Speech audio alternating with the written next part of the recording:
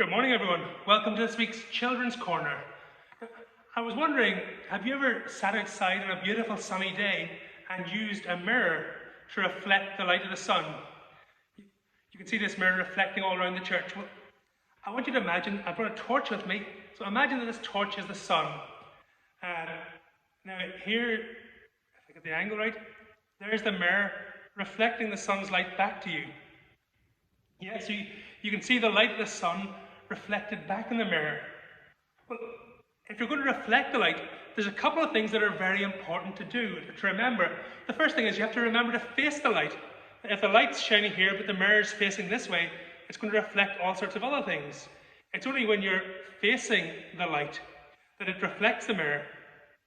And if something gets in the way, so if I get in the way of the mirror, it doesn't matter if the mirror is still facing the light, the reflection won't shine through. So you need to face the light and to make sure there's nothing blocking the way. And then you'll be able to reflect the light. Now, the Bible tells us in John's Gospel, chapter 1, which is our reading today, there was a man sent from God whose name was John. The same came for a witness, to bear witness of the light, or to reflect the light, that all men through him might believe. He was not that light, but was sent to bear witness of that light.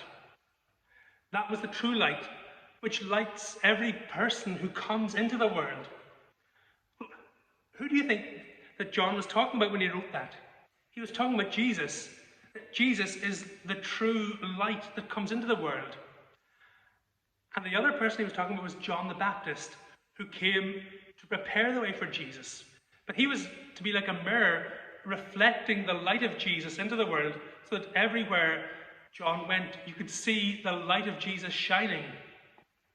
But just like the mirror and the sun that I was talking about a few minutes ago, we need to remember those two things. First is that to reflect the light, you need to face the light. And second, to reflect the light, you need to stop somebody else or anything else coming between you and the light. And it's the same for us as we follow Jesus. Jesus calls us to shine his light into the world. We're to be the mirrors, just like John, the mirrors that reflect the light of Jesus into the world. We're to shine that light in all the world around us, that everyone might see the light of Christ.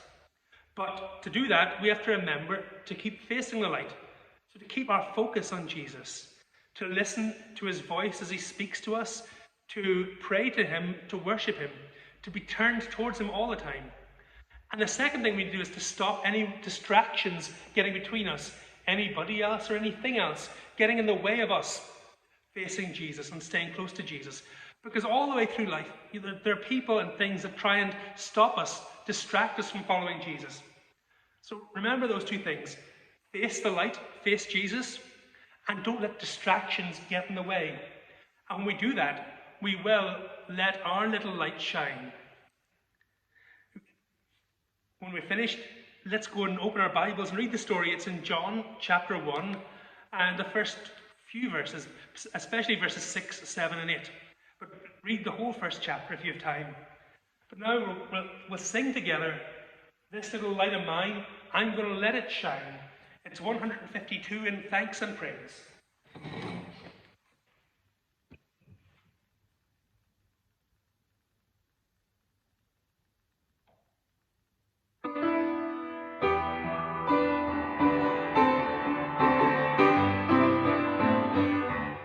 This little light of mine,